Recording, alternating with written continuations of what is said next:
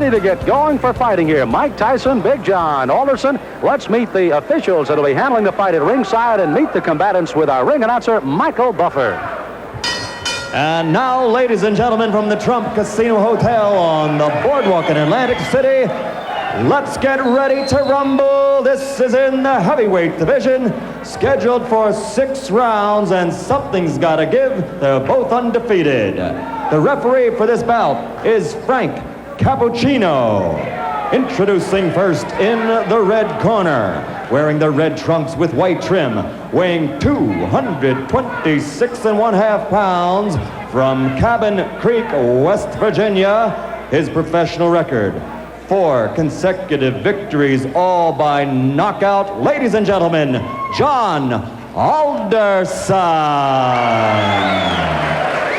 And his opponent in the blue corner, wearing the white trunks with red, white, and blue trim, and weighing in at 215 pounds even, from Catskill, New York. His professional record, also 4 consecutive victories, all by knockout. Introducing Mike Tyson. He'll be the popular one tonight as Frank Cappuccino talks to him. I want you to understand one thing. I want a good, clean, hard fight. Any low blows, any thumbing, heeling, butting, the holding and hitting will cost you the round. And if I have to go further, I'll do that also. In the event of a knockdown, the man standing, go to the farthest neutral corner, stay there until I call him back. Okay? When I say break, I want you to protect yourself at all times, and you step back clean. Both of you understand that. Both of you touch gloves. Good luck. Well, the folks back in West Virginia may not recognize this man without his miner's hat. He's come out of the mines to fight. He won May 31st, a second-round knockout over George Mayweather. And his opponent also with a 1-round, as a matter of fact, 39-second fight against Rick Spain here in Atlantic City on June 20th. That's Tyson. Tyson in the white with a red stripe, solid red trunks. With the white stripe will be John Alderson.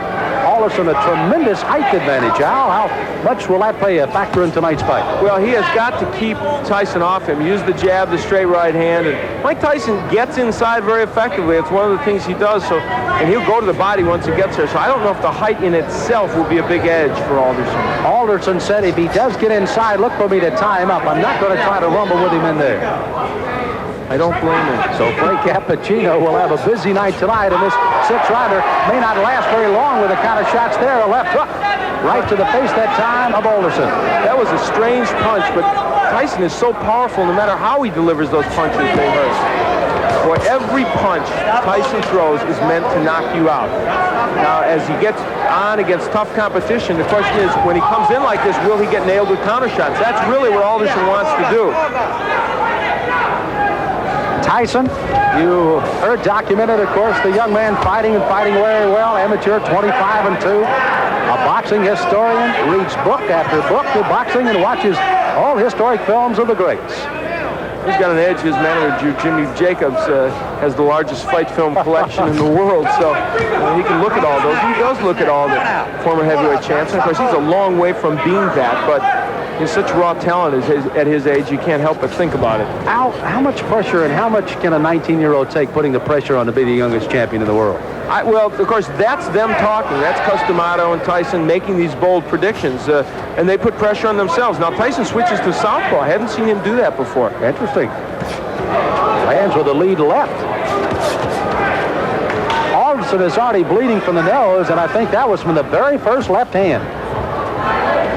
Tyson, you can see almost like a bull as he just chases Alderson around the ring. Big John said he had to get off first tonight. He has got to use those long arms to his advantage. He has not been able to do so far in round 1. You know, when Tyson switches to southpaw, I think that's the clue for Alderson with that long reach and height to throw the straight right hand. I would just let that punch go. Alderson, a very good amateur record, 154-12. Took 3 years off from boxing, however. Worked in the mines in West Virginia. They started the laying off down there, and he went back into the boxing ring. And here he is at 4-0 with 4 knockouts. And already he's had a rugged first round. For Alderson, I think the key, he has got to throw that jab and follow with the straight right. Has done that only once and did land the right, although it didn't hurt Tyson. There it is. Now that right missed, but if he keeps doing that, he's going to give Mike Tyson something to think about as he comes in. There it is again, and he landed the right. At least to keep him from lunging at him with the big hands that he's throwing so far. That's exactly right, Sam. So the closing seconds of round number 1. Mike Tyson, the shorter of the two, against Big John Alderson.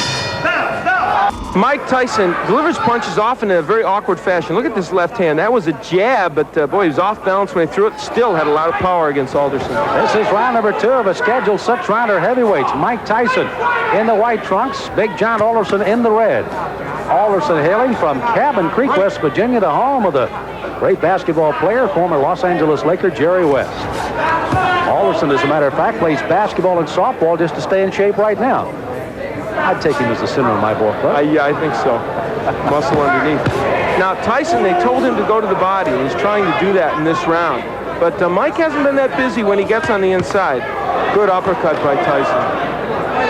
Alderson, you saw there, tried to lead in with a left jab and a right hand, but left himself wide open for the ducking Mike Tyson as he went right underneath. Mike Tyson doesn't wear any socks. I don't remember seeing a fighter in a long time that doesn't wear any socks. Or if he does, they're so short they don't even peek out over his shoes. I don't know what that's apropos of. It's the first time I've ever seen it, and it's kind of odd. Now there's the right. Oh, good countering right hand, and that stunned Alderman. He backs up another right hand, a combination by Tyson, and he goes on the attack. On the inside, Tyson is just ferocious. He throws those good, short, quick punches. The longest fight Tyson has ever been in has been a 4-rounder. He got a knockout there. His other 3 fights were first-round knockouts. Dan Halpin, I guess, is the only man, and this one may not go much longer, as a crushing right hand sends Alderson down. He's got a terrible cut over the left eye already. Frank Cappuccino right down in his face. He's going to make the count at 8. But that cut just on the outside of the left eye starts to ooze some blood now, and Tyson goes right back in on top of it. Tyson trying for his 5th straight knockout. Alderson weary on his feet, ready to go at any time. He's just trying to survive now. He's got to throw something out, though. He's laying in with Tyson. Frank may stop this fight. Ruling that as a slip, not a knockdown. Alderson peeking in over that swelling left eye, and here comes Tyson. Alderson throwing the right hand, no effect. Left hand that time, sends him reeling against the ropes. He's almost virtually out on his feet right now, 29 years of age. Again, as I pointed out at the top of the show, that in itself could prove to be some difference in this fight, if nothing else. You know, Tyson looked at Cappuccino a moment ago as if, do you want to stop this? There he goes right back to work on that left eye as Alderson stays on his feet. Try to gamely throw a right hand as you see the closing moments of the second round here.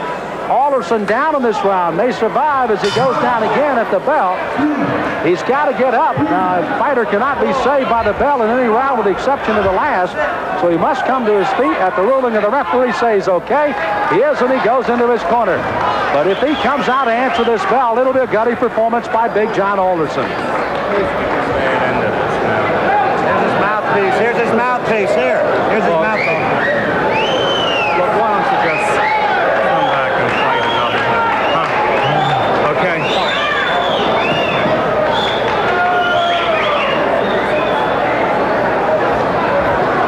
So you heard the suggestion of the doctors leaning in. Why don't you just come back and fight another day? Frank Cappuccino has not given us a word yet that this one is over, but he may very shortly here. John, church is out. The fight's over. The fight is over, rather interestingly put by Frank Cappuccino, as this one ends officially a TKO in the second round by Mike Tyson. So Tyson goes 5-0 with all 5 knockouts, and it was a devastating second round that proved to be the difference. Those short right hands. Now, what happened is Alderman tried to throw the right hand continually, but what happened was Tyson learned how to counter it with his own right. And there's a good straight right hand by Mike Tyson. That sent Alderson down, and that was the first knockdown, I believe. And there's a happy Mike Tyson. You know, Al, you almost, as you pointed out, Mike kept looking to Frank Cappuccino saying, hey, this guy's not in real good shape. I can go ahead and keep hitting him, but indeed he did till the end of the round. Again, Alderson down at the end of the round. He had to clear the canvas by the count, obviously beat the count. Not saved by the bell, he does, and finally the doctors lean in and say, That's it, and Frank Cappuccino calls it off at the end of 2. It was a very typical Tyson performance. However, you know what? It showed both the good and the bad at this point of Tyson, because I think it showed that a good stand-up boxer with a good jab and a good straight right hand will land against him. Whether he'll hurt him, I don't know. But as you look at that young man, for 19, you have to like the strength and aggressiveness he has. Ladies and gentlemen, referee Frank Cappuccino stops the bout at the end of the second round. The winner by technical knockout, still undefeated, 5 in a row, all by KO, Mike Tyson. Well, Tyson, it looks like he may have just had a walk in the park rather than a fight tonight with Big John Alderson. Here at the Trump Casino Hotel in Atlantic City, got to see Mike Tyson work a little longer than he did his last fight that went only 39 seconds. Gets a second-round TKO, and he visits with Al Bernstein in the ring. Al? Well, Mike Tyson, it was a performance in which you showed, I thought, the power that we know you have and the aggression, but also maybe walked into a couple more right hands than you'd like. Well, the right hands that I walked into wasn't catching me solidly. They were grazing right hands, which I'm very peculiar when the right hand comes. Excellent. The right hands are mostly never effective on catching me because I'm always slipping with them, and I'm on an angle which the points go diagonally forward. Okay, let's take a look at the last knockdown when you sent him down, and you can comment on it for us. Well, it's rolling a little bit in our monitor, but basically you really had a lot of power and you were nailing him with short punches. I was nailing with punches because I saw he was more accepted to the right hand because he was leaning on his right hand side, and more acceptable to right hand. I felt a little funny. I wasn't right. I wasn't the Mike Tyson that you saw earlier in the past because of the star buildup. It was a little intimidating. Is all that getting to you a bit? Now, you've placed a lot of pressure on yourself. You and Customato, he's stated flatly he thinks you're going to be the youngest heavyweight champion, the greatest heavyweight champion. What does all that do to your mental frame of mind? Well, I don't look at it that way because deep inside, when I'm not involved with boxing, I'm just a 19-year-old kid. And when I'm in the ring, then that's when I take care of business. Today was more difficult, a rugged performance because of the man's height, and he wasn't there to fight. He was there to try to last. He wasn't there really to fight, and he was running, and it made it more difficult because he was only there to survive. All right, well, Mike, congratulations. You got the win. That's the key. Excuse me, I would like to say happy birthday to my friend Diane Irvis. God bless you, and hope to have many more birthdays. All right, you gave her a little birthday.